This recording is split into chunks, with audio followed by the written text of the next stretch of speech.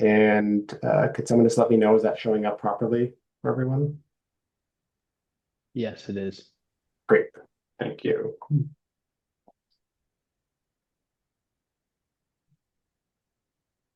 So yeah, so here's the presentation overview. So I'm going to be describing the background and context of this project, going over some of the key trail design features, focusing on the crossing points, rest points, and connection points.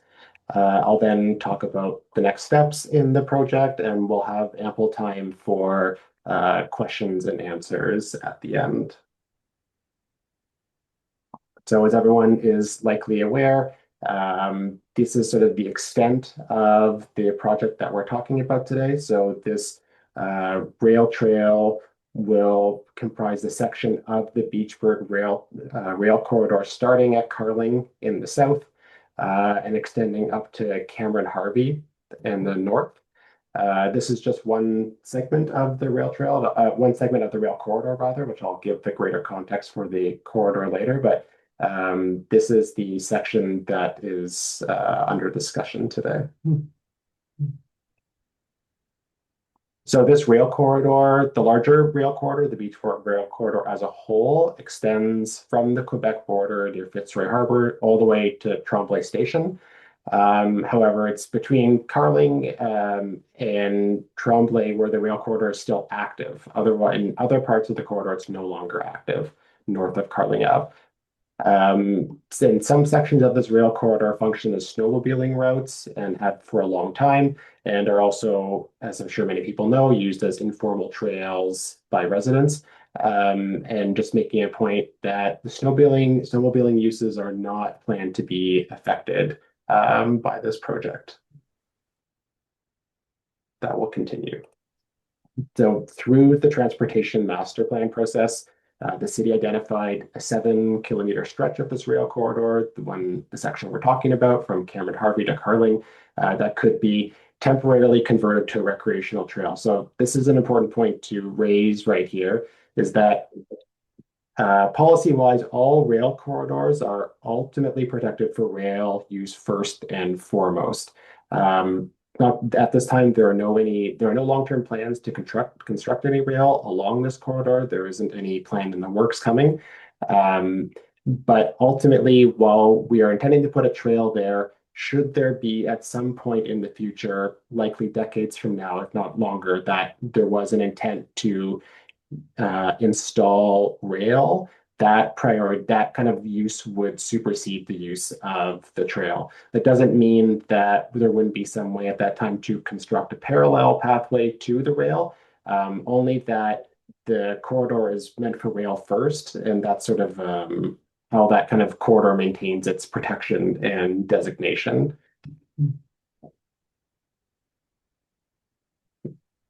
And just what I was mentioning before for interest for the greater context. So I've highlighted here in yellow. This is the Beachburg Rail Corridor, which starts at Tremblay Station and extends all the way to Fitzroy Harbour and then on to Quebec.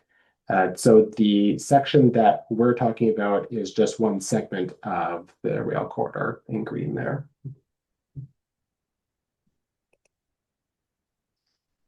So trying to emphasize the importance of what this trail will bring is sort of the connectivity context of it. So where the trail starts, right at Carling Avenue, it's at a nexus of many different pathways and onward connections. So we're primarily connecting to the Watts Creek pathway of the NCC here, but also you can make further onward connections to the Ottawa River pathway. So once this pathway to the north is constructed, you would, in theory, be able to take pathways all the way to downtown, essentially, by connecting through the Watts Creek pathway and then the Ottawa River pathway.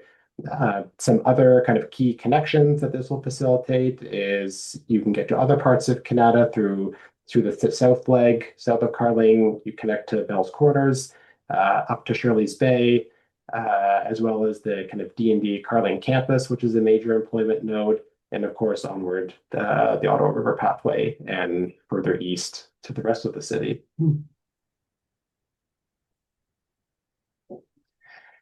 And at the north end for the connectivity at Cameron Harvey, I've indicated here we have the red, which is the proposed rail trail, which the work is ending at Cameron Harvey. There is, of course, the rail corridor that continues onward there, indicated in green.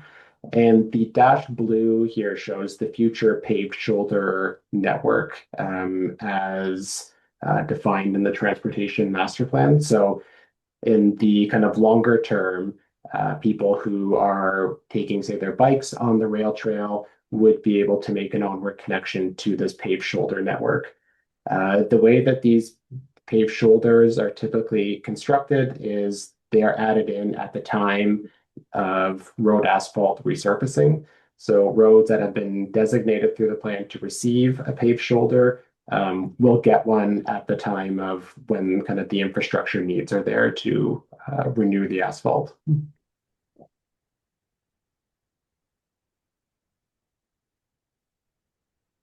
So just some kind of photos of the existing condition. It varies along the corridor with some parts of it being kind of more overgrown than others. You can also have, there's the construction of subdivisions in the further kind of northern end of the trail, which is ongoing.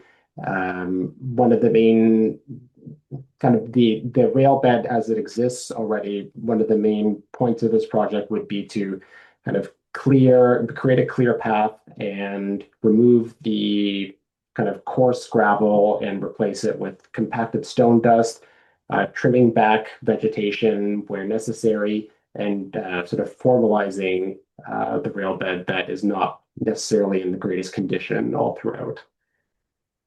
So that kind of leads me into what the key features are, which I kind of getting into. So in terms of features, we're talking about a 3 meter wide, for the most part, it varies a bit through the length of it, 3 meter wide shared compacted stone dust pathway. So that would involve removing all of the coarse gravel on top and having kind of a smooth and accessible surface. There are some culverts existing that cross the railway. Many of those will need to be replaced due to their condition. So the project will at the same time be replacing culverts that require it.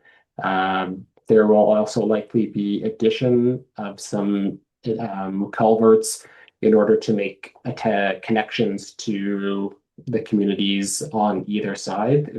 Culvert won't necessarily be required for all of them. That'll be determined in the next phase of design, but that'll be another culvert element to the project. At major road crossings, the crossings are uncontrolled, meaning that there is no active traffic management of the intersecting road. So the way that people will cross at these crossings is you have to wait for a gap in traffic. We'll also be looking at adding some calming measures on the trail, primarily so that if you're someone coming quickly on a bike, that there'll be maybe some boulders, something near the road that will kind of encourage people to slow down before they actually cross the road. And as I mentioned before, the trail is going to be designed to accommodate the existing snowmobile use. The Upper Canada Snowmobile Association has a license with the city to use this corridor for snowmobiling. We'll be adding pathway links between the rail trail and both existing and future residential subdivisions. So we've been in contact with development review planners and developers who are working in this area to let them know that this trail is coming and to incorporate that into the design of their subdivisions, so that we are able to get sort of maximum connection and usage out of this trail. We've also planned for 9 rest areas that are adjacent to natural features of interest along the way, and 1 parkette. And I'll get into what those comprise shortly. So what I'm showing here is kind of one example of a road crossing. This is Cameron Harvey Road. Um, One of three kind of major roads that we cross, Cameron Harvey, Klondike Road, and March Valley Road. So as noted, because of the high speed and volume of these roads, there won't be any traffic control, and trail users will need to wait for a gap in traffic to cross the road. We'll be installing some form of kind of, like I say, called traffic calming on the trail itself, whether that might be P gates or boulders or something that helps let people know that they're approaching a road crossing and to slow down. Um, and you'll also note here that while the trail will be compacted stone dust for the vast majority of its length, on the short segment on approach to the road, there will be a short segment of asphalt. And this is to allow for a bit of pavement markings, showing the yield markings, dividing the direction of travel, and we'll installing some tactile walking circulators to for people with sight impairment who know that their road crossing is coming up. So this map here shows the location of the rest stops. So we've tried to put a rest stop approximately every 700 meters. It varies a bit based on the spots of interest along the way and the areas that it makes sense to have a rest stop. So these blue locations here, and I'll show an image in the subsequent slide of what kind of a rest stop comprises. So we have 8 rest stops along the route, and then in the middle we have our parquet. So I'll move here to show you. So an example rest stop. So essentially a rest stop is where we're going to have the trail bulb out and to provide an area for people to move off the path of travel. And this rectangle here will be a bench. So it'll be a place, and the bench will look out onto some sort of natural feature, whether it's a creek or a clearing of interest. Yeah, that is what a rest stop. And here you can also see this is example of a connection to a nearby community, what they would look like, where the path, kind of a T intersection with the existing pathway, and many of these, for example, have a culvert going underneath. That's what's being shown there.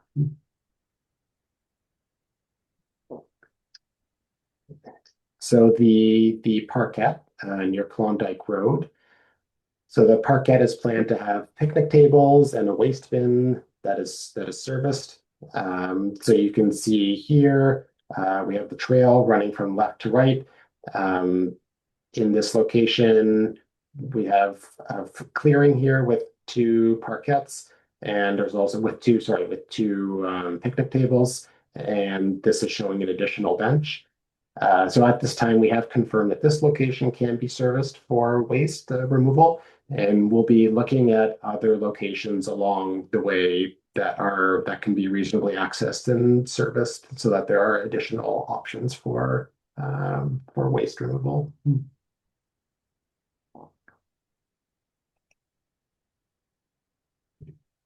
So connection points, where we've tried to propose as many connection points as possible to communities along the route of the trail, so that people will have kind of maximal access to the trail.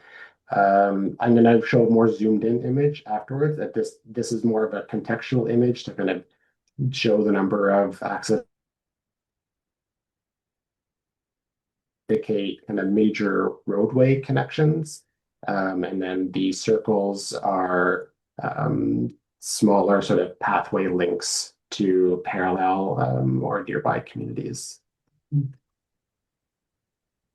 So at the north end here, near Cameron Harvey, I'm just making a note here for some of these connection points where there kind of is more active subdivision planning and construction. These points are notional right now, so we're continuing to work with the developers and with the planners on the files to make sure that we put connection points in kind of the most logical and feasible places. So this is more here to suggest that we are looking at these connection points, but I wouldn't get too fixed on these particular dots as they might change as these subdivisions develop. I'm pointing out one potential connection point here, just because we noticed that there's a long gap here between any sort of access. Um, we hope to look at options for making a connection to Houston Crescent. We don't know what that might look like at that time, and we're hoping to um, examine that further, but that is on our radar as an additional connection point.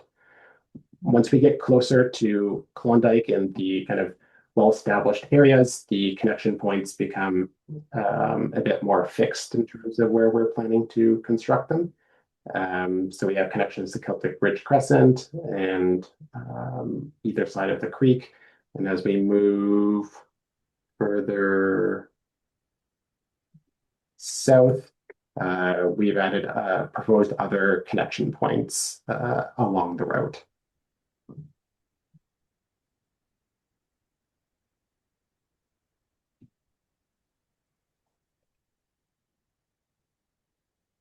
So in terms of the next steps, we're entering our sort of public feedback period, and we're seeking kind of your feedback anytime between now and May 22nd. I know some people have already reached out to me by email, which is great. We're very interested in continuing to hear comments from people over the coming weeks. The timeline that we're contemplating is moving into the next step, which is the detailed design sometime in the summer of this year. And provided everything moves according to schedule, we would be targeting a construction start in 2027. So with that, I think I will move to questions.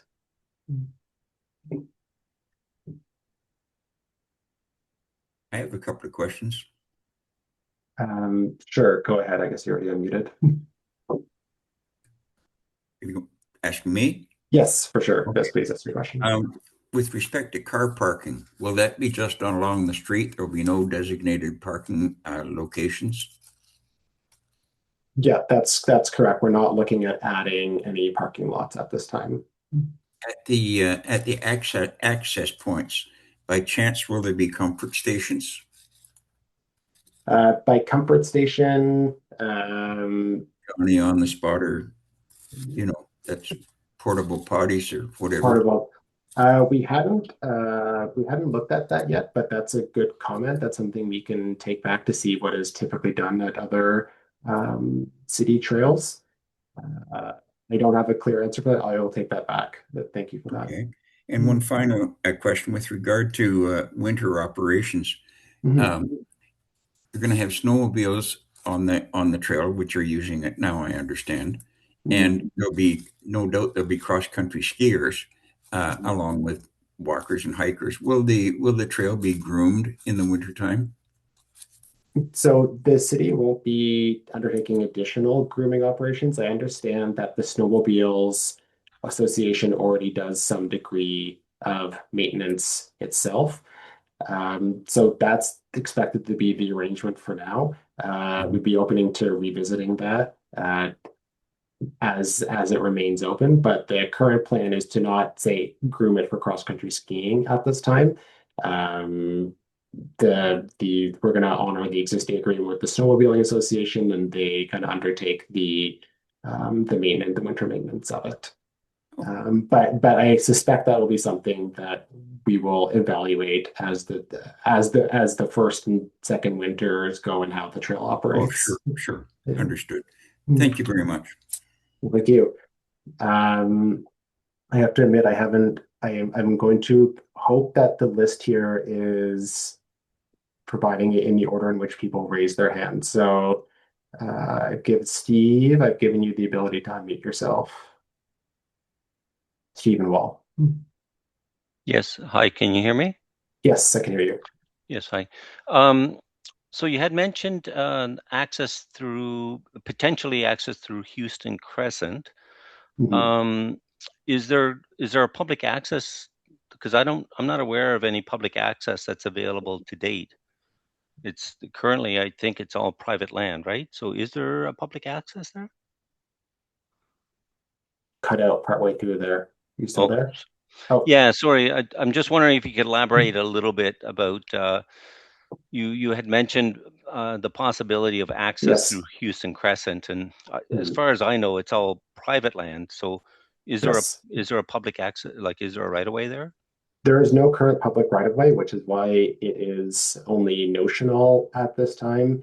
Um, we did note at one point there is a vacant lot um, on that crescent that backs onto the trail. Um, we might investigate an easement over it. If the owner's not amenable to that, then there's not much that can be done. That would be the option that we'd be considering there, because you're right. Otherwise, there is no public land that connects Houston Crescent directly to the trail. That would be Oh, the way that could occur. yeah. So, yeah. Okay. Okay. Thank you. I'm not sure. I mean, I was talking to somebody who is clearing land on that vacant lot recently, and Mhm. they said that the owner was going to build a house there. So, Oh, I see. Okay. anyways, um, Yeah, so so obviously, yeah, if that's the case, like it's private land. So if someone is not amenable to that, right. then there might not be another option to make that Oh, connection. oh, okay. So, I have one other question. Sure. So you didn't actually, you talked about basically making the land available to the public, but we never got into the details about what it would be used for, right? Like, so, Mm, I mean, we can make assumptions that it would be used for walking and biking, the existing snowmobiling. Um, I assume those are the things yes. that you would be using them for. How do you envision sharing the trail with the snowmobilers? Because currently it's being used by snowmobilers up to, I guess, the Brook Street. Mhm. Um, so is it still going to be in the winter just used by the snowmobilers, or is it still going to be, or would it be available for the general public as well to do things like cross country skiing at the same time? Yeah, it's a good question, and we haven't engaged discussions yet with the Snowmobiling Association to figure out how that would work. Our intent would be we would like it to be open to members of the public to walk in the winter too, recognizing that there is that could represent a conflict. So um, that's something that we're going to have to dig deeper into to see how we can facilitate that. Our intent is that it's year-round access for walking. Whether that can be done safely with the existing snowmobile usage is something that we're going to have to look at. In terms of the other uses, you've got it correct. It's walking, biking. No ATVs will be on it, but rolling devices of all sorts is planned, and that's part of the in terms of the winter. That's part of the point of the consultation too, to get a sense of the demand for other sorts of uses in the winter. So hearing that people are interested in there being winter access, say for walking or skiing, will kind of help us in our planning for it. Yeah, I just want to comment that in several other townships, I mean, snowmobilers and hikers or skiers can coexist, Mhm. and same thing with ATVers and bikers, right? They've Mhm. made facilities such that they can coexist on the same trails, right, or adjacent trails on the same path. Yeah, and that would be our intent, is that the snowmobiling remains and people are also able to say walk. And we would just need to figure out and maybe speaking to those municipalities in the best way to sign that or communicate that. Right. Okay. Well, thank you so much. Thank you. Lisa, Uh, Councillor Kavanagh here. Yes. There's a bunch of questions piling up in the Q&A. I don't know if you want Okay. some help reading them, someone to read them out, or you've also got a number of hands up. So Yes. I'm making an offer here. Sure, sure. Yeah, let's look. And who is first there? Um, okay, I see. Yes, I have the questions here. So, Steve Marsh, no provision for pedestrian crossing light at some of the trails on the green belt. Um, so it is. So the I would say partially it's the challenge in bringing new signalization infrastructure to this location when we don't have any of the kind of supporting infrastructure around that. It to an extent it would be a function of cost to do that. Is it is of course technically possible to put a signalized infrastructure, a signalized intersection there. Um, we're going off some of the examples of other trails where we don't have that type of signalized infrastructure. Um, but I mean, point taken.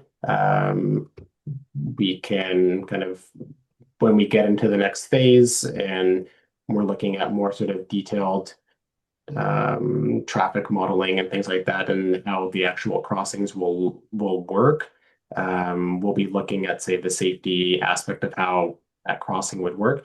Because at this moment, we're at what's called the functional design stage, which is very much sort of the bird's eye view to make sure that there's enough space for things to fit. Yeah, I would say that's the answer to that question.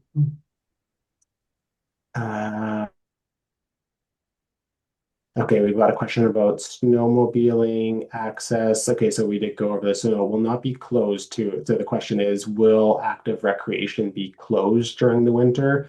The answer is our intent is not to have it closed. We're going to be speaking to other municipalities who have had these uses coexist on a trail and follow their model for how to make that work.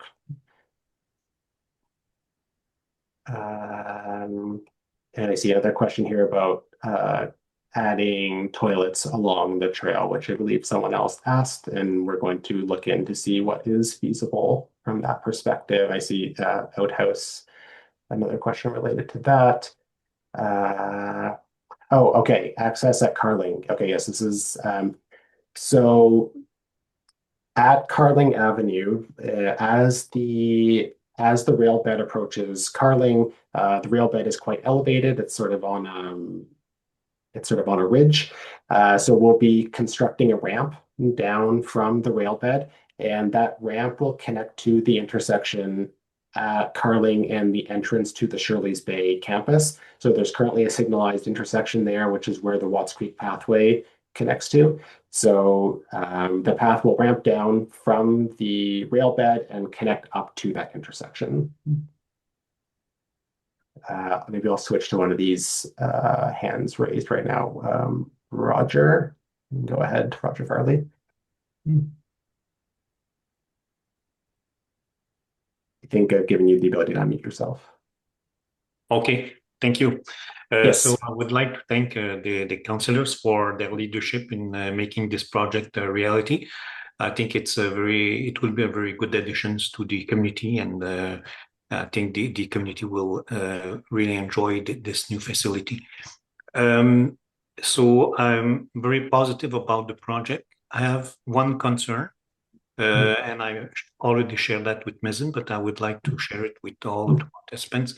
It's with regards to the connection to Cameron Harvey. At this moment, Cameron Harvey is a 80-kilometer speed limit. It's very fast because many drivers drive over the limit, and it's very dangerous for cyclists and pedestrians. There's no shoulder.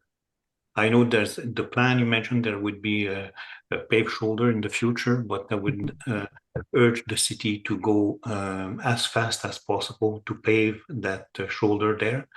Because if we have a nice facility, this nice trail, but dangerous access to it, it's not a good solution. So I think the safe access to the trail is very important, and Cameron Harvey is one key access there. Otherwise, it's a dead end. so it should be paved. And also, if possible, if the city can reduce the speed limit to 60 kilometers. There's a section of Cameron Harvey near Don Robin that's 60 kilometers per hour. If they can extend that speed limit to 60 to the trail, so that would be safer for all the users. And also, I did not see any signage on the road to mention that there's a trail there. So if the city can add some signage, say, okay, there's a trail, so for the drivers, they are aware and they would be more careful when they go to that intersection. So thank you very much. Yeah, absolutely. Thanks.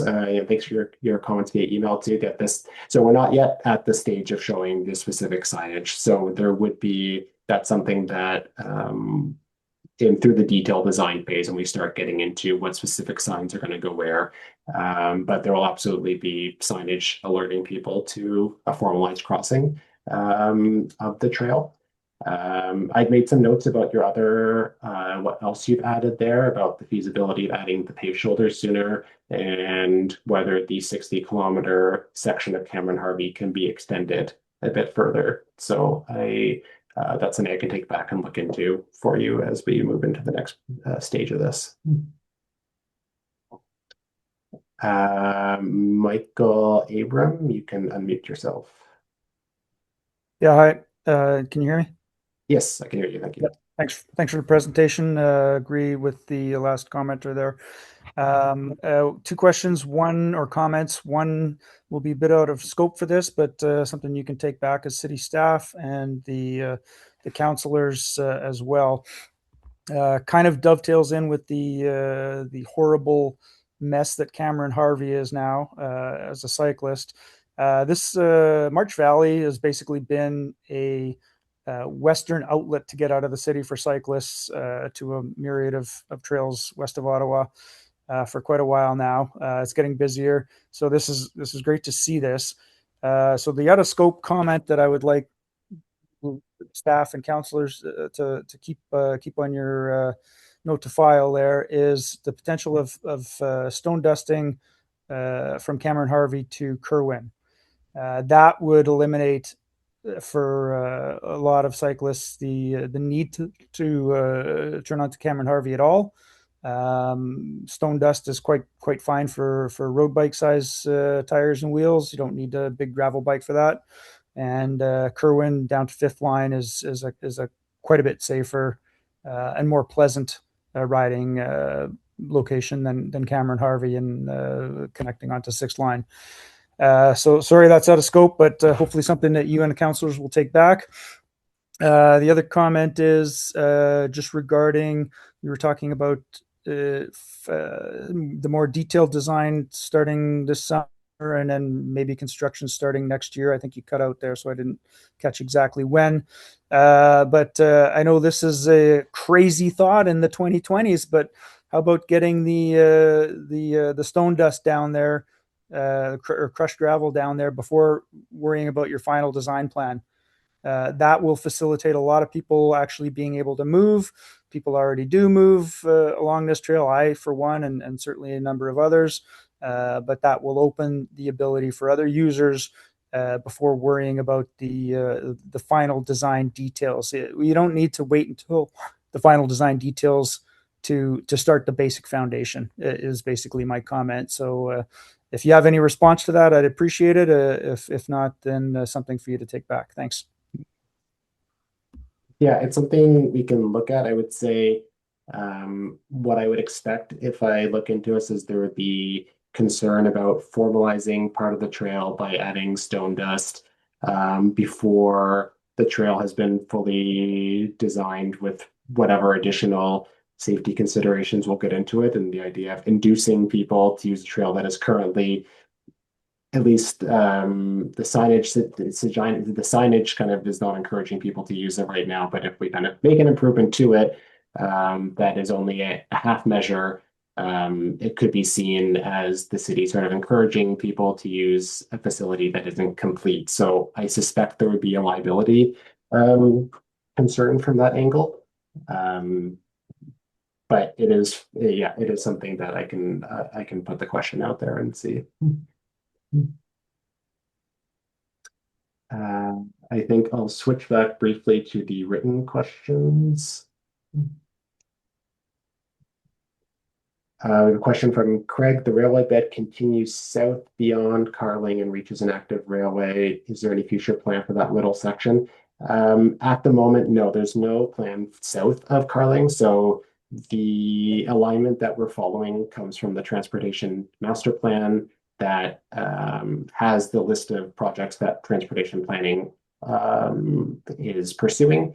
And the section that was sort of approved for us to look at is this section north of Carling. It doesn't mean that it might not be added to the plan at some point in the future, but at this point, it does not form part of the plan. A question from Chris. Small trail. What is happening to the small trail that connects the Marshes Golf Course Clubhouse to Burke Street? So that trail is on NCC land. I have had discussions with the NCC regarding that trail. They haven't given me a firm answer on what they intend to do with that trail. However, they have suggested that they might close access to that trail and renaturalize it. That is the last that I heard from them, but they haven't made any definitive suggestions yet or decisions yet. And that trail is fully on federal land, so the city doesn't really have any say in the future of it.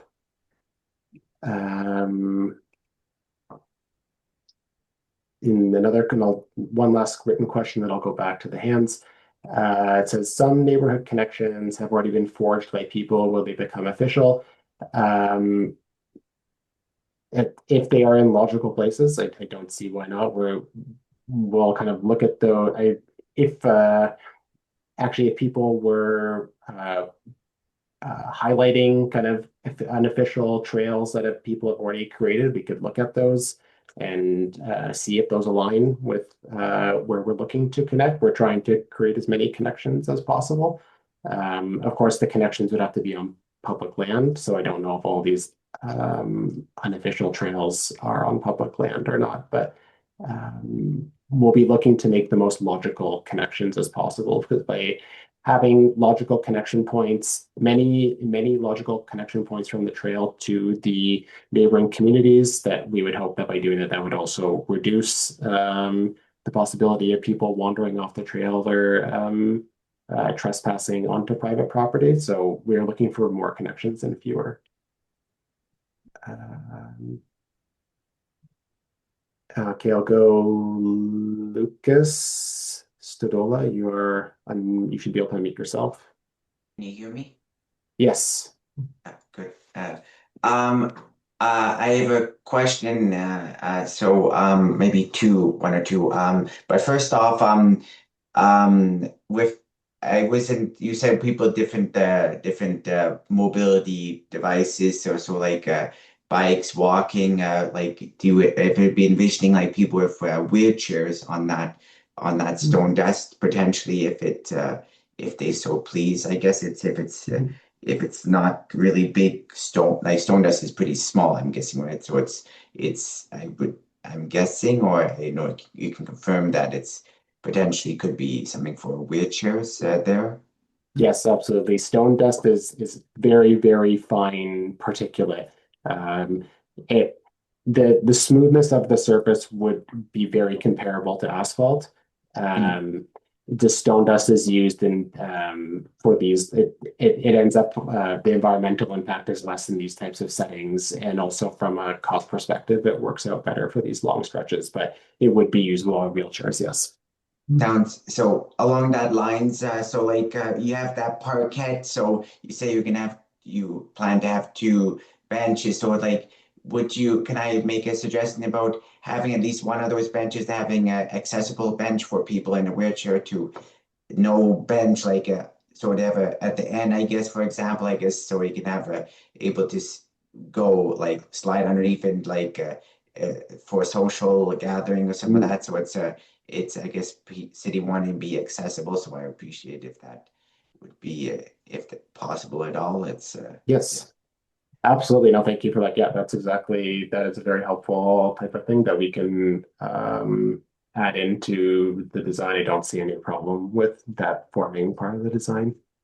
And lastly, you say about wanting to like, or if you pursue like as many connections to the communities or planned communities along that corridor, like that are under development, but it's do you know it like the how more than the aid, or like is it gonna be like the cost to make like a connection? Is that, do you think it's minimal, not too expensive to add those connections, or do you know any price range, or is it's not that expensive per se to do that? The cost of the connection is extremely variable, and the main determining factor both in what connections we can do, like which are feasible, both from a cost and technical perspective, has to do with the grading. So in some places, the grades off the rail bed are much steeper than in other sections where it's almost flat.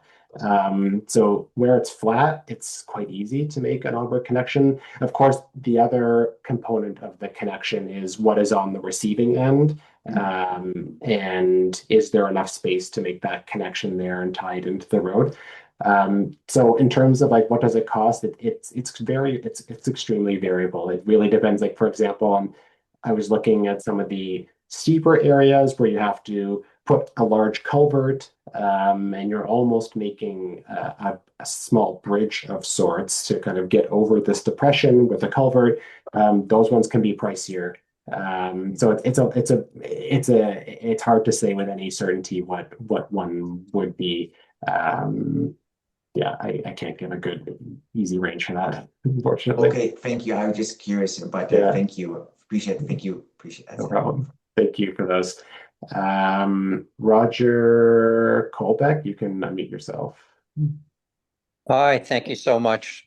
Sorry, it was hard to sit there listening to all the questions on skiing. So I'm the coordinator of the Ottawa West Winter Trail, and we provide 22 kilometers of groomed trail right adjacent to the trail that you're talking about. We end at Carling at that, we call that the CRC spur.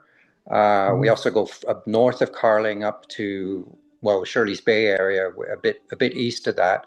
And we were very excited to hear that this trail was coming. But I'm pretty disappointed about the snowmobiles because, you know, I can't guarantee it, but I would say there's a very strong likelihood that we would be interested in grooming further north towards marshes and potentially beyond that. But we're certainly not going to do it if there are snowmobiles on the trail. I would guess, I mean, we're seeing tens of thousands of users, 100,000 users winter probably. I would think that far exceeds the snowmobile use, but I know it's going to be tough because we're going to be pitting snowmobilers against skiers and other users. But I'd just like to put in that, you know, that there's a very strong likelihood we would groom that section for classic and skate skiing if we were allowed to, and if there weren't snowmobiles on the trail, and even if maybe it could go just as far as the marshes to begin with, that would provide a big benefit, I think, to the residents of northern Kanata to be able to get onto the trail that we groom already. From a selfish point of view, in terms of making the trail even more interesting, it would provide us access to a restaurant and potentially a sponsor and parking. I think it would be absolutely wonderful for sort of the winter activities in the area. So I'm just putting that out there. So it's not really a question, I guess, other than I mean, there is a question in terms of snowmobiles. Do they currently go any further than the marshes? Do you know? Like, they have rights to go to Carling? They have rights. I don't believe they go all the way to Carling currently. I think they, and maybe someone knows better than me right now, I can't recall off the top of my head, but I'm looking on a map here to try to remember where they might stop. And I thought it was kind of March Valley Road area, might be kind of as far south as they go. Okay. Mazen, Yeah. I think there are others who might know, but when we first discussed this, it was that they wanted to go to the Marshes Brook Street, that was Yeah. like the destination. So Right. Roger's proposing could be a good idea. Compatible. Yeah, they could sort of be able to both go there, but maybe Paul and John have more information. I'm not a snowmobiler, but definitely, I don't know if Councillor Kelly's on this call or Corey is. They may know more, but that was what I always understood to be true. That sounds positive. Okay, thank you. That's everything. Yeah. Sorry, just on behalf of the Councillor Kelly office, I would have to look further into it to just to not speak out of turn here. Great, thanks, Corey, and thank you, Roger. Yeah, I support. Roger does a fantastic job. I've used his trails; they are amazing, and it would be a shame to have a rail trail without it being prioritized for active transportation all year round. So I hope that will be strongly considered, and I would support that. Great, thank you, and yes, thank you, Roger, for that plug. I am just going to go to some of the written questions here for a second. We have a question from John. How long do you think construction will take?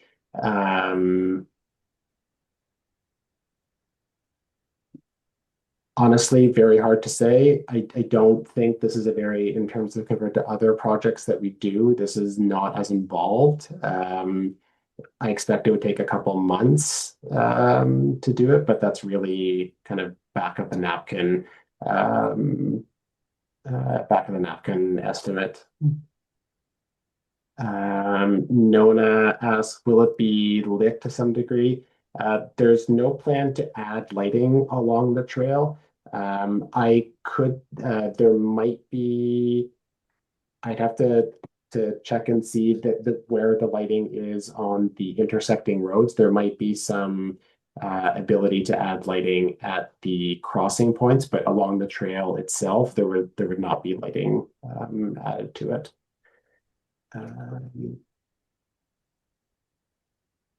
I see if the trail, okay, another question here from Andrew Hope. If the trail is going to be used for snowmobiles in the winter, is the city going to green light ATV use in the summer? No, ATV use is not planned to be extended from the current extents. I believe there was a revision recently to the extent of ATV usage that was, and I don't know, Corey, do you happen to know this? Otherwise, I can look it up. I recall hearing there's a change to ATV extents, but it won't be on this trail. Yep. It was recently. I mean, Corey's free to comment, but yeah, it won't be here. They did a big survey, and the vote was to not have ATVs on this direction, but on this section. But Corey maybe has even more information. Yeah, my understanding was this section, no. Past this section, yes. Was kind of the map is available online, but yeah, as far as I know, it does not include this section. That's my understanding too, and I don't know of any plan to change that. Andrew Hope, why is the city enabling snowmobile use on a trail when it substantially borders an urban area? So I guess I should emphasize here that the snowmobile use exists currently, and the Snowmobiling Association has a license and agreement with the city to use that. So the trail that we're constructing, right, like the modifications we make can't stop the snowmobilers from using it right now until that legal arrangement is revisited. So we're not inviting more snowmobile usage. It is the existing Snowmobile Association that has the license to this section, and we are ensuring the design of the trail does not preclude their continued use of it. And any sort of change of that would require the city revisiting that agreement, and that would be something that is distinct from this project. Okay, I will switch back to, oh, Roger, did you have another question or is your hand just still? Okay, great, thank you. Okay, Paul Hunt. No, thank you very much. Appreciate the presentation this evening, Mason. I'm an enthusiastic supporter of the trail and a great user of the trails in the region, generally speaking. I got the answer to when you think it'll be finished. You think 2 months. I think it's going to be longer than that, but I'll support you on the 2 months. Couple of quick points. Nighttime visibility, particularly at the crossing points, whether it's a reflective signage or some sort of quiet form or even lights. I think they'll be important both for trail users as well as road users crossing the trail. I had a question whether or not you've done any consultation about the feasibility of pushing this beyond Cameron Harvey North. So one of our contributors tonight mentioned going a little farther north in order to facilitate an off ramp, which is not Cameron Harvey. But what's the intention of the other sections of the trail that go farther north all the way up to Beachburg? I'm not asking for the Beachburg answer, but 7 kilometers is lovely, but it's not very long. And on a bike, it's about a 3-minute ride. So is there a plan to go across Cameron Harvey? And is that actively on the drawing board and coming forward for public consultation? I think it's something you need to focus on because there'll be a lot of pressure once you start to get people using a trail up to there.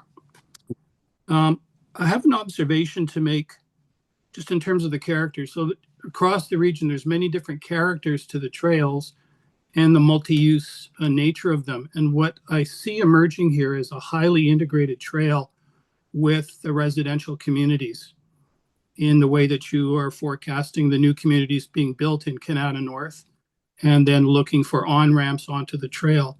And the one that struck me as being very similar is the Stittsville corridor on the 2 segments, the one segment running west from Main Street and the one running east from Main Street.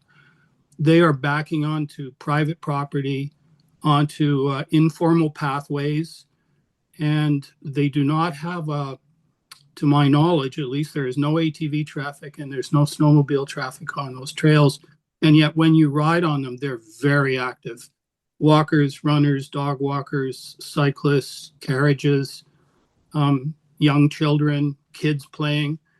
And I think very quickly this trail could have that characteristic to it because of the nature of the adjacent residential communities. I think people will be in high demand to use the trail. So there may be some experiences and lessons learned to come from some snapshotted spots around the city that have similar characteristics as this will have as these communities grow very quickly and people start to take advantage of what's going to be a wonderful addition. And just my last comment is on the snowmobile question. So I use the trail and I live quite close to there. The southern, so have snowmobiles access below the Marshes Golf Course? The short answer is yes, but it's rare that they go down there unless they're playing. The idea has been to funnel them into the marshes and then from the marshes across to the Brook Street.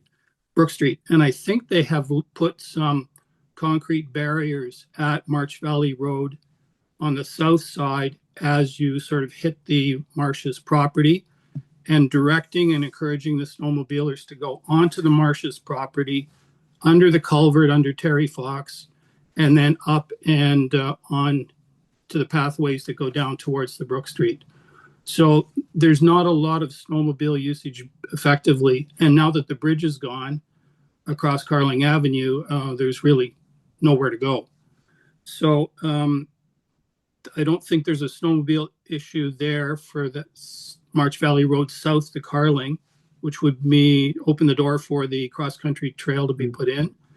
And I think some extra thinking needs to go into how to make this multi-use trail, which needs to include a current right of use by the snowmobilers, along with these other users. The wintertime usage will escalate dramatically. snowshoeing, and backcountry and cross country and skate skiing. Those would be big pressures on this, given its proximity to the rest of the trail network, Kanata Nordique, which is just across Carling Avenue, et cetera, et cetera. Anyway, thank you so much for moving this forward, and happy to contribute, and really looking forward to being able to use it. Yeah, no, thanks for that, Paul, and thanks for the example of Stittsville to look at as sort of where to take inspiration or to understand what it might look like. And positive to hear more people echoing that the south section kind of around the marshes is not used as much by snowmobiling and might be an ideal place to find some meeting between the snowmobiling and the skiing. So thank you for that. John Beckley, you can unmute yourself. Thank you. I'll pick up where Paul left off a little bit. As I walk that thing almost every day. Last year it was groomed 3 times. I didn't lose you. And the snowmobilers did go down it, but they're very limited and frankly quite courteous. My biggest beef with the snowmobilers is as soon as it's smooth, they can't wait to rip it up, which makes it difficult for the walkers. Other than that, I wouldn't particularly worry about the snowmobilers. There was even an OPP snowmobile went down to check on them, but you're right, they do stop at the Brook Street because there's no connection. The signage at Terry Fox says the trail continues through to connect with the Trans-Canada Trail, essentially over in Bell's Corners. As you know, at the bridge, the old train bridge going over Bell's Corners, that is close to the Trans-Canada Trail. And ultimately, I think the city should be thinking about how that all connects together, because that would be a natural to connect to the Trans-Canada Trail. Today I observed at the end of Innovation, thank you very much, City put a garbage barrel there for all the dog walkers. As I said to Mazen in an email, dog walkers are good about bagging it, but the bags don't make it home. And that one barrel is great, but there should be a constant maintenance and more barrels along there for the dog walkers, because it becomes unsightly and littered quickly. I back onto that rail line. We're curious, as my neighbors are, about the no trespassing. Obviously, there's parts of it that are wide open, and most people are respectful, but not so much others. Which leads me to comments about the Stittsville line. I have a dog walker there that I chat with who knows the Stittsville, and he said the city went to great lengths to build rest stations, which the teenagers couldn't wait to burn down. So I'm sure the city has some experience there that they want to look at. The Constance Lake to continue through, I'm not sure why you wouldn't cross Cameron Harvey to the west. There is another destination at Constance Lake for a restaurant, which would be, especially for a bicycler, that road down to Constance Lake is not used a lot by cars, and it would be for a biker, it's an easy, I've walked it, but it would be an easy ride. And to get across Cameron Harvey, at least you would have a turnaround. I'm not so much in favor of changing the speed limit. I don't think people are going to slow down, particularly they're going downhill. I'm of the opinion that people got to stop looking at their cell phones and look at the traffic instead of expecting the cars to do all the work.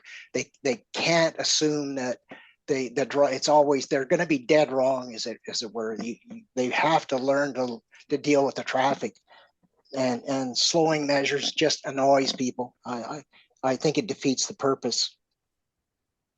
That's all. There's a lot of wild parsnip along there, particularly in the field where the holding pond is. There's a whole field full of it at March Valley. There's more of it. There's another section where you're crossing Klondike. that is really bad on both sides. That whole wild parsnip thing, obviously along March Valley, I'm sure you know, Kathy, is being sprayed once. You've had complaints about it. It did get sprayed. I'm trying to fight it off my property, but it comes in from the railroad side, and it's particularly bad in the corner of that new development where the berry farm was. It's bad in there too. So I think the city should enact a spraying operation to deal with the wild parsnip, because it's not fun, and it's invasive, obviously. I think I can leave it at that, other than, will you be replying to email questions comments that were forwarded to you?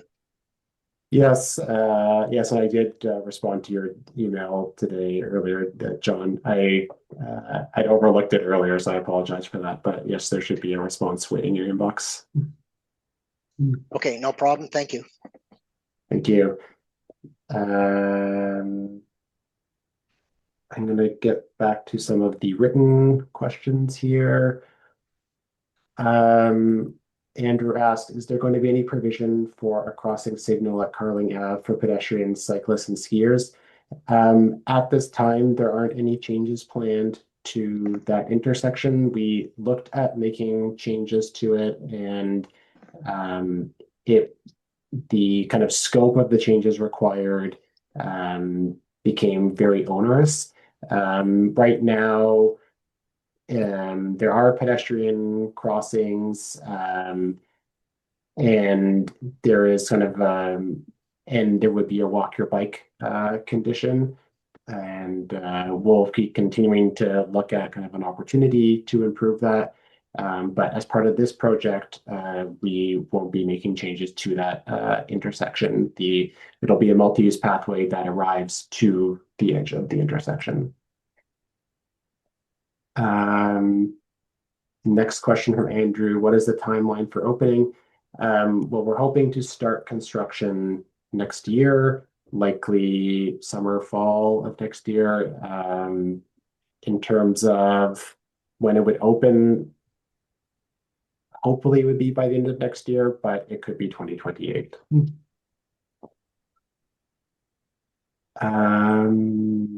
And we have a question about street parking congestion on Celtic Ridge. If it's an access point, what will be done about congestion?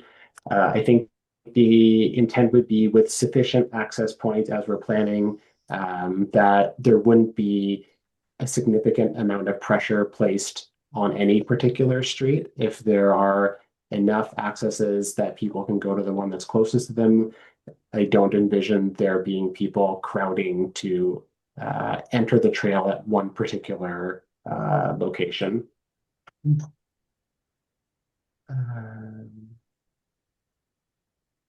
And I'll read one more question here and then go back to the hands.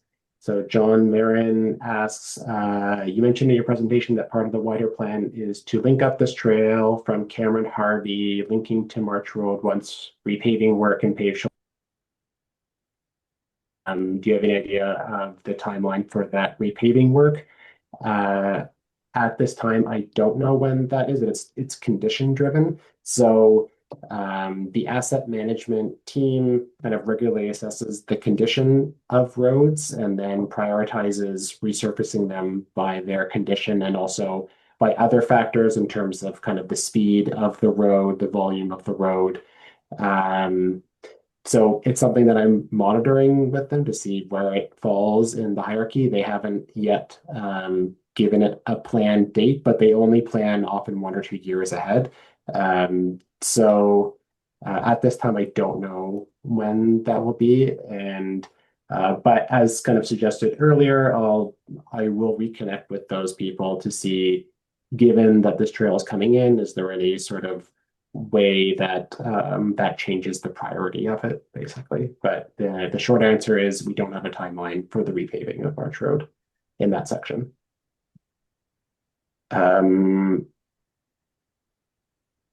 Next, sorry, I'm going to maybe get your name wrong. Tigran? Yeah, you got it right. Yeah, thank you. Okay. So, yeah, Thanks for the initiative. Really appreciate this. Is a really good addition, and I'm from Brookline community. So I had two questions. One is kind of you answered, but reformulated differently, like Andrew asked in the Q&A. You said we are roughly looking at the timelines almost 2028. Do you have the root cause of that much turnaround time? So how we can leverage from our end to cut that turnaround time? So is So the it the way, funding? Is it like initial planning or whatever? Can we leverage AI there? Something like just to get to the point, right? Because yeah. it's kind of 2 months work, and we're planning 2 years to do 2 months work. It's kind of Yeah, no, I understand. So the way kind of the like as I can kind of give you like the high level of how kind of these projects proceed. So what we're in right now is called the functional design. So the functional design is sort of a two-dimensional plan. We don't really consider elevations too much. We're looking basically from an aerial perspective, and we're most concerned about the kind of widths available, whether everything fits. A functional design is, do all the elements that we want to put into the design, do they fit really from a space perspective primarily? And this is also the phase where we do more of the consultation, because at this point, so there's, because we haven't made a big commitment in terms of the detail design, which involves getting more into the specific gradings and slopes and drainage patterns. Once you start working on that work, it becomes harder to go backwards and re-envision things. So the functional design, we're right at the very end of it, basically. We've produced the functional design, and we're kind of in the consultation phase now. What happens at the end of functional design is that we kind of package up all the kind of comments we got through consultation, the designs that were produced, and we move that over to the detailed design team, who kind of retains a consultant. They do that design work, and then they have to tender it, which means putting the construction contract on the market for vendors to bid on. So there are kind of built-in unfortunate kind of delays. And when we get, say, the detailed design, we have to get a detailed designer. That requires kind of finding a designer, signing them to a contract, having them do the work. There's time involved in doing that. Then they do the work. Then we get ready to tender it, and we have to put it out on the market. And there's time involved in putting it out there, getting the bids, assessing the bids, choosing a successful contractor. Then they schedule the construction. So there are these kind of points along the way that that I understand from the perspective of, let's just put the stone dust down right now. So I get that frustration, and we do want to do this as quickly as possible. yeah, But because yeah. I would very much like to enjoy it, Mhm. like even this summer, like as soon as this summer. Yeah, And so I do, yeah, yeah. So, I completely understand. Yeah, I'm not this like but when I at least say can we have like a clear, I don't know, dates? Okay, so that we did some deadlines. Mhm, So because obviously it's a taxpayer money, right? So mhm, so at the end we hold accountable. If somebody delays and don't do mhm, their work, so they should hold accountable. mhm, Even for these small projects, big projects, that doesn't matter. Like I was in touch with Kathy on the other project for the traffic like a traffic light on our intersection. But yeah, it's there's no clear insight on who holds the contract. Okay, they can delay whatever they want to delay, and then how do we get the insight?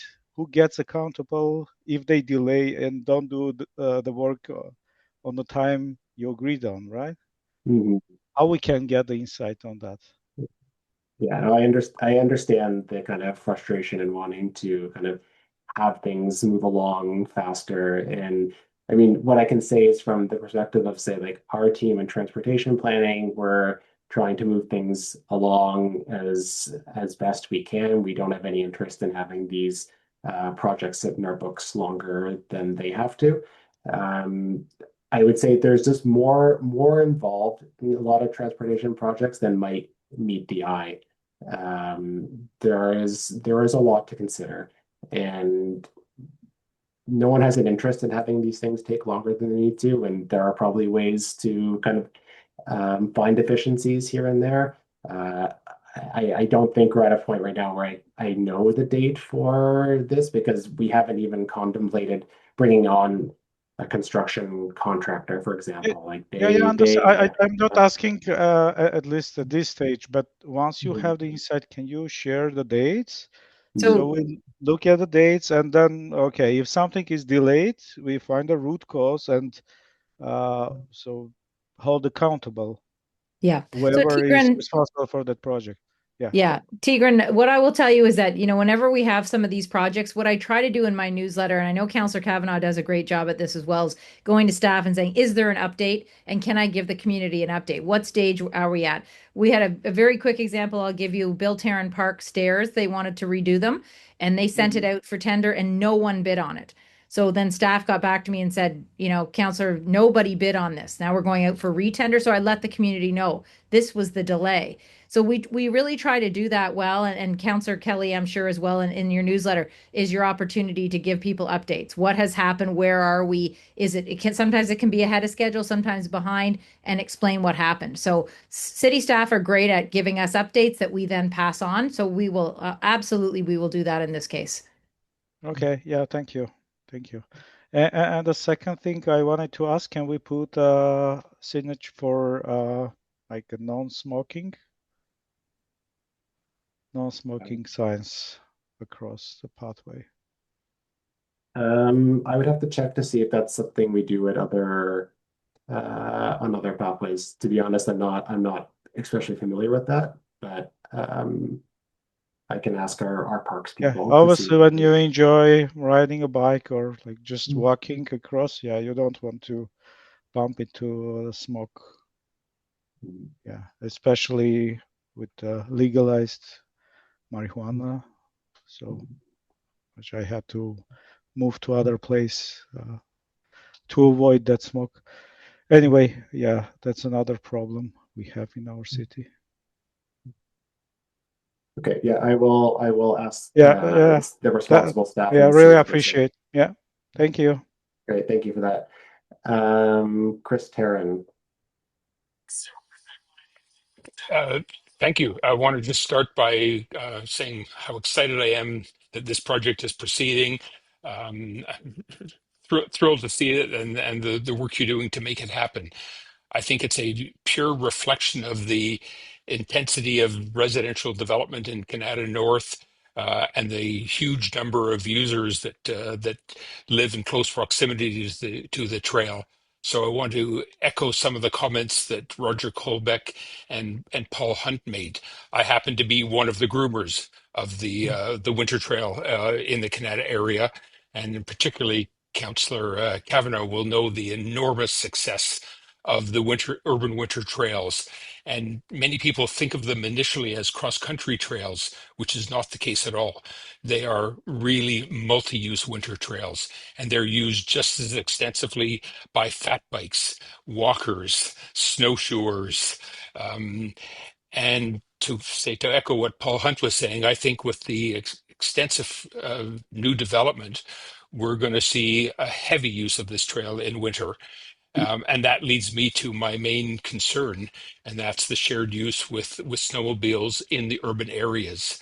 A 3-meter trail is not very wide, and when you put all of these users on there, you start off with the problems that Roger talked about, that just the damage done by the skidoos to the trail surface makes it incompatible for many uses. But I think far more important is the safety concerns when you have a lot of slow-moving people coexisting with motorized equipment that's running much faster. It's a recipe for disaster. And I draw your attention to the shared trail, the Ottawa Valley Rail Trail, particularly in the Carleton Place, Almont, Pakenham area. where I've certainly read stories in the Citizen and other media places where residents have had to get out with radar guns and clock skidoos running at high speeds at night and trying to get police to have calming measures. It's very difficult in an urban area to coexist with those kind of motorized machines. As much as they're a fantastic use of rail trails in the rural area, but with so many people, I'm very concerned about that use. But otherwise, I'm thrilled to see the trail expanding out as development expands out. It'll be heavily used, and I think the first slide that you showed really put in context.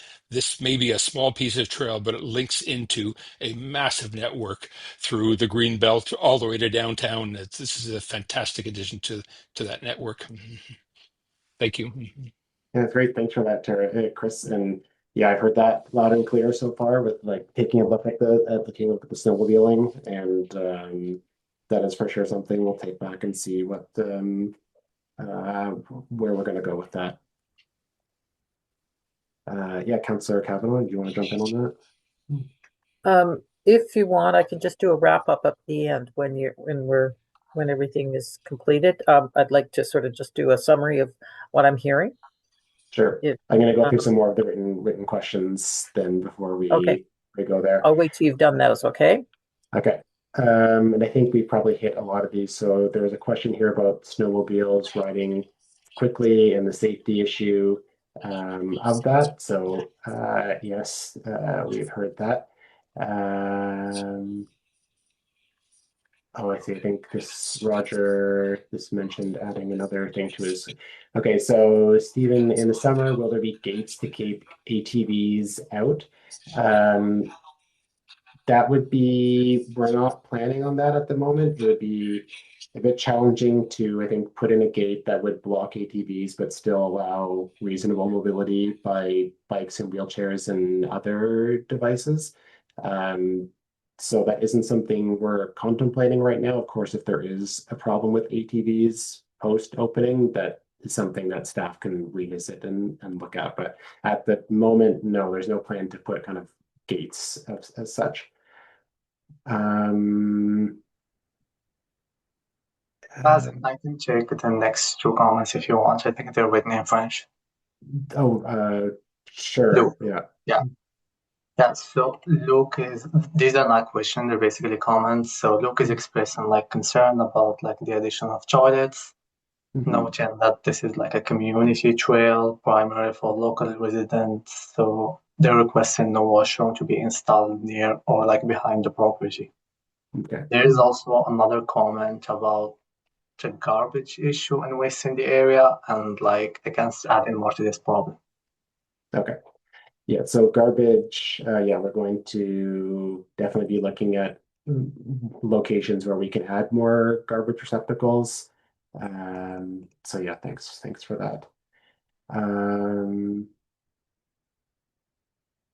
Coming down, why was this project given priority over the railroad right-of-way between the bridge over Robertson Road, coming on the Trans-Canada Trail and going east? I don't know off the top of my head whether that area is in the transportation master plan or not. Sorry, I don't have the answer to that off the top of my head. But I can make a note, John, to follow up with you.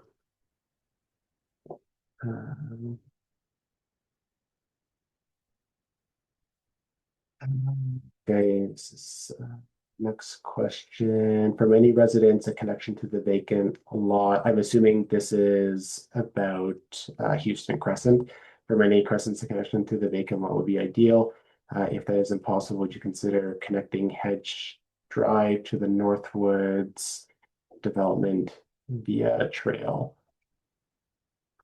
I'll need to look at that. I think it'll be a bit challenging for me to sort out the details of that question right at the moment, but I will take a look at that one. Oh, I see. Clarified. Yes, Houston Crescent. Okay, so yes, thanks for that suggestion. That might be another way to make that connection to Houston Crescent.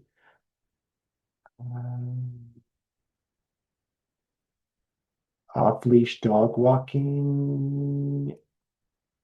So again, I don't have the answer to off-leash dog walking offhand. That's something I would need to look into more, but I'll make a note to check into that. So thank you for that note. Snowmobilers, when does the license expire? So the snowmobiling license right now is actually in what's called a holdover period, where the both parties have agreed to just keep the existing agreement going because there was no desire from either side to amend the agreement. So that's what I asked the leasing people this recently. They described it as holdover. So there actually is not necessarily an expiration date as such. It actually has expired. But because there was no desire from either party at that time to re-examine it, they just mutually, the city and the Snowmobile Association mutually agreed to just allow the existing agreement to just continue as is without making any amendments to it.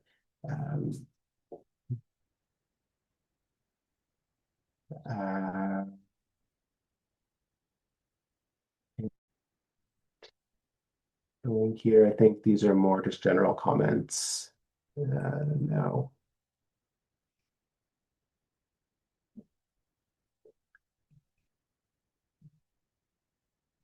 And I guess a couple of people are mentioning 2 months. I should mention that I said a couple of months, not 2 months. But again, I don't know construction, as in I'm a functional design planner, and the construction is down the line from now. Is there any other feedback through engage? So in terms of the consultation period, people are welcome to email me. I believe my contact information was on the buck slip that was mailed out. There is the city website that has my email on it too. There aren't any other formal events planned through this, but my email inbox is open, or people would like to schedule a call with me, or however you'd like. Yeah, for the next month, we're kind of accepting all feedback. So, but this is the only formal event we have planned at this time. Yeah, and I think yeah, the rest of these are just general comments. So I think, yeah, if there aren't any other questions, then Councillor Cavan, I can let you wrap up if you like. Sure, and I'm sure Councillor Curry would want to do the same, and perhaps Corey would want to put in a few words. But I just want to thank everybody for coming out. Great attendance, and appreciate your comments. You've obviously given it a lot of thought. This is a big step forward, and I'm very excited about it. As a cyclist, I'm always excited about new trails, and I see it as just the beginning.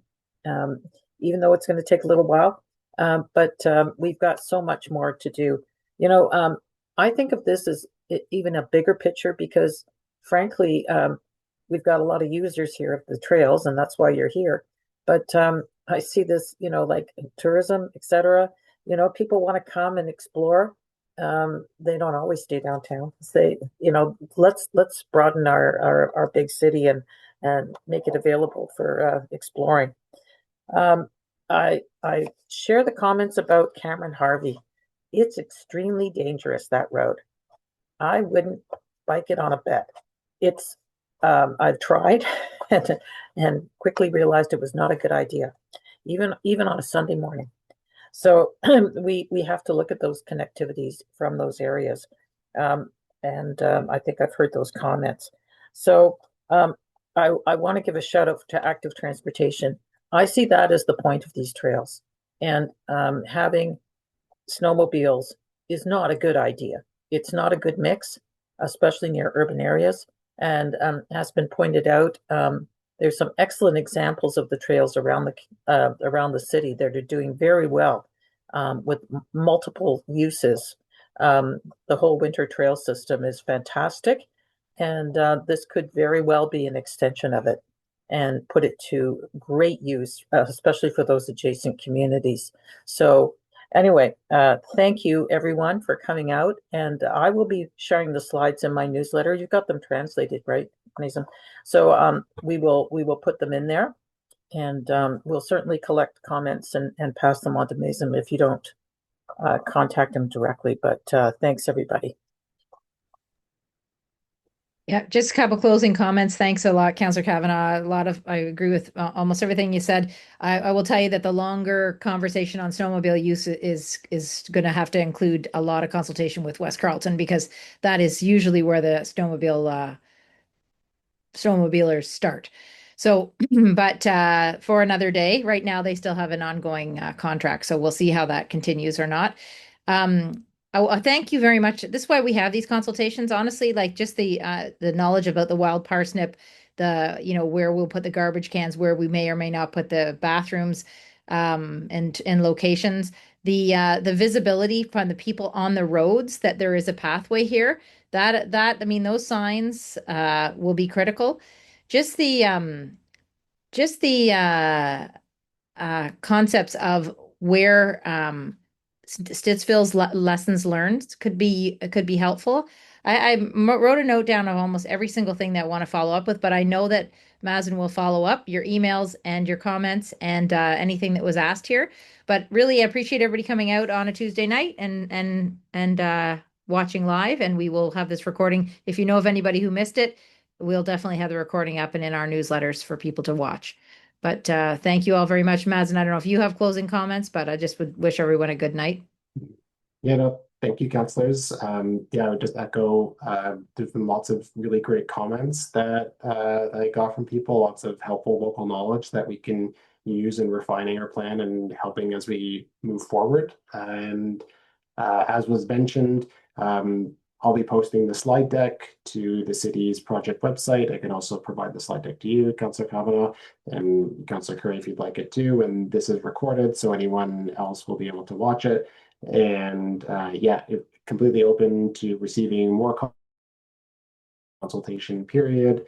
And yeah, I just appreciate the feedback that I've received. This has been very kind of constructive comments and really helpful in us as we refine the design and move into the next stage. So yeah, with that, I just thank everyone for their time and their engagement on this, and feel free to pass along anything else, if any other thoughts occur. And I'm equally looking forward to moving this forward as quickly as possible so we can all use it. And thank you, everyone, and have a great rest of your evening. Good night, everybody. Thank you.